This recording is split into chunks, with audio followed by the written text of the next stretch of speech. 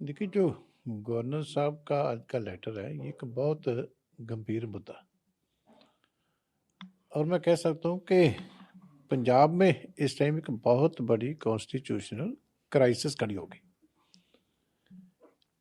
जब गवर्नर साहब ये कहते हैं कि जो स्टेट के चीफ मिनिस्टर हैं वो कॉन्स्टिट्यूशन के मुताबिक काम नहीं कर रहे, अपने विम्स एंड फैंसीज की तरह काम कर रहे हैं, तो इसके बहुत बड़े मायने, क्योंकि नो डाउट आप चीफ मिनिस्टर हो, लेकिन चीफ मिनिस्टर ने संविधान के मुताबिक, नियमों के मुताबिक काम करना। तो जो ओपनिंग वर्ड्स हैं जो गवर्नर साहब के, उसमें उन्होंने लिखा है कि स्टेट में कॉन्स्टिट्यूशन के मुताबिक काम नहीं हो रहा।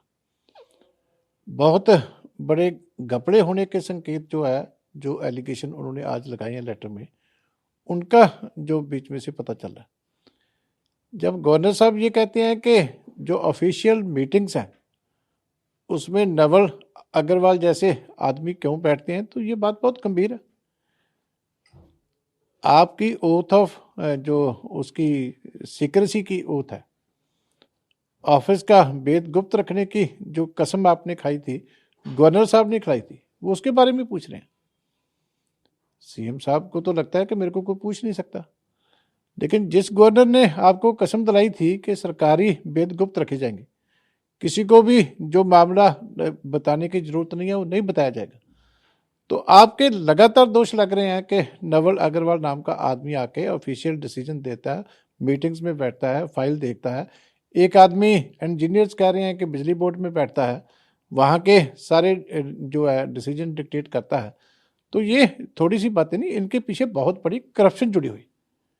जैसे एक्साइज पॉलिसी में भी हुआ कि बाहर के लोग आए, ठेकेदार आए, होटल्स में मीटिंग हुई, तो उसके बाद सीबीआई के रेड हुए और अब वो जो है बहुत बड़ी करप्शन के स्कैंडल की तरफ जो इशारा हो रहा है। इसलिए जो सिलेक्शन ये कर रहे हैं उसके ऊपर ही उन्होंने कहा कि आप बताइए।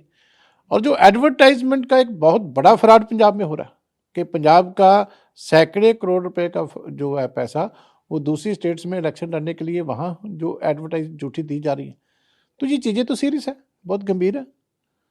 और जो लास्ट लाइनें लिखी हैं गवर्नर साहब ने कि 15 दिन में आप रिप्लाई नहीं दोगे तो मैं लीगल एक्शन लूंगा, तो ये स्टेट किस तरफ बढ़ रही है हम सोच सकते हैं। भगवंत मान जी ने फिर वही बात रिपीट की जो गवर्नर साहब ने लिखी है, जो पहले उन्होंने लिखी कि स्टेट कॉन्स्टिट्यूशन के मुताबिक काम नहीं कर रही, चीफ मिनिस्टर नियमों के मुताबिक फैसले नहीं ले रहे, वो कह रहे हैं कि मुझे पब्लिक ने चुना है, मैं जो मर्जी फैसला ले सकता हूँ। ये बाप का राज नहीं होता, चाहे आप कितनी भी बड़ी मेजोरिटी से जीत के आओ, कभी भी एक कॉन्स्टिट्यूशन है उसके मुताबिक ही गवर्नमेंट बनती है, चलती है, उसी के अंदर रह के नियमों के मुताबिक ही फैसले लिए जाते हैं। बाप का राज तो किसी का भी नहीं होता।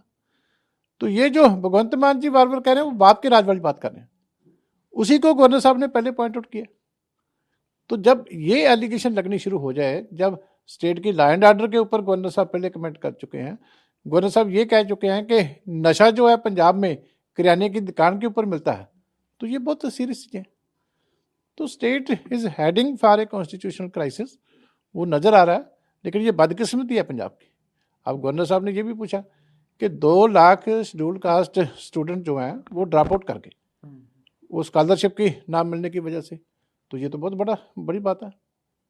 अगर 2 लाख बच्चे का ज़िंदगी का सवाल है, उनका कैरियर ख़राब हो गया, तो अगर गवर्नर पूछता है तो आपको बोलेंगे तो मैं तो लोगों को जवाब दूंगा।